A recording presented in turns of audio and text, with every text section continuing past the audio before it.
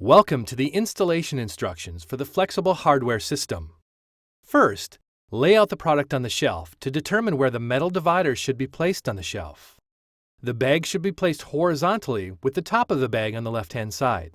Place the front extrusion on the shelf and position the holes to line up with the first set of holes on the shelf, while making sure the edge is flush to the left edge of the shelf and there is no overhang.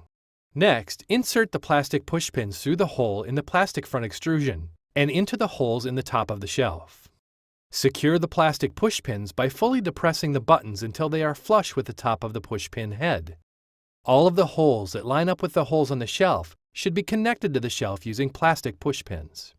If several adjoining sections are created, metal connector rods are included to join the tops of the clear plastic extrusions.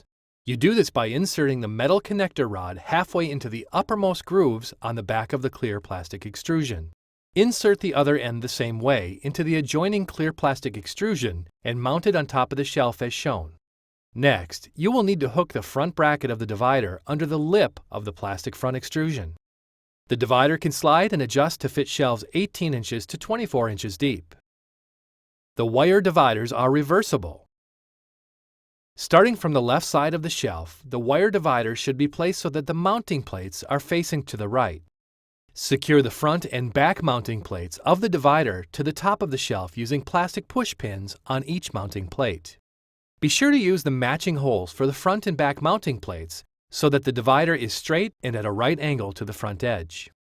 The front mounting plate holes will line up with the second or third rows of the holes from the front edge of the shelf. Be sure to secure all plastic push pins by fully depressing the buttons until they are flush with the heads of the push pins. The push pin remover tool can be used to depress the buttons on the push pin heads. A hammer or mallet can also be used to secure the plastic push pins. The next wire divider should be turned so that the wire divider has the mounting plates facing to the left, thus creating a bookend effect. Ensure that 4 plastic push pins are used for each divider. Every flavor and size has a corresponding pip or product image panel. Locate all the needed pips for each shelf, one for each facing, and place them in the bottom lip of the clear plastic extrusion. Starting on the left side of your section, remove the tape from the pip and insert into the clear plastic front extrusion by placing in the bottom lip and then bending it slightly to fit the top lip of the front extrusion. Make sure that the pip is lined up with the plastic front extrusion prior to putting the top portion in the lip. It should be flush with the plastic front extrusion so there is no overhang. Continue to insert the appropriate pips into the clear plastic front extrusion by removing the tape on the back of them and centering them in front of each item and overlapping as you go. The pips should be smoothed out so that there are no bubbles and the tape is secure. At the end of your section, you may need to cut or fold over any extra portion of the pip to make it fit exactly. For certain flavors, there are double pips available as well. These pips should be used when the planogram has 2 facings of these flavors, side by side. They are available in multiple versions. 2 facings of twice as much, pre-price, or supersize. Double pips are available only for the following flavors: Cocoa Dino Bites, Golden Puffs, Honey Buzzers, Fruity Dino Bites. For these same flavors, there's also combo pips.